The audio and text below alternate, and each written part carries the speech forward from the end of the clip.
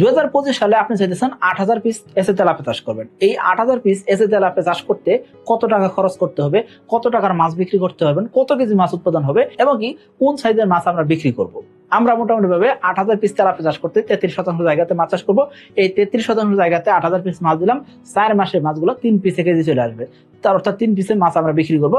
3 পিসে কেজি যদি মাছ উৎপাদন হয় সেক্ষেত্রে মাছের দাম ভালো পাওয়া যাবে। প্রতি কেজি মাছ 170 টাকার আশপাশে আমরা বিক্রি করতে পারবো। এই যে আমরা 8,000 পিস তেলাপিয়া চাষ করতেছি, এই 8,000 পিস তেলাপিয়া থেকে 2500 কেজির আশপাশে অর্থাৎ 2.5 টনের প্লাস মাইনাস আমরা মাছ উৎপাদন করতে পারবো এবং কি আমাদের খরচ দাঁড়াবে 3 লক্ষ টাকার আশপাশে।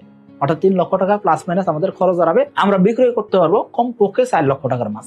অর্থাৎ 4 মাসে আমরা 1 লক্ষ টাকা লাভ বের করতে পারবো 33% জায়গা থেকে। আর 33% জায়গা থেকে যদি 4 মাসে আমরা 1 লক্ষ টাকা লাভ বের করতে পারি, তার মানে প্রতি মাসে 25,000 টাকা লাভ।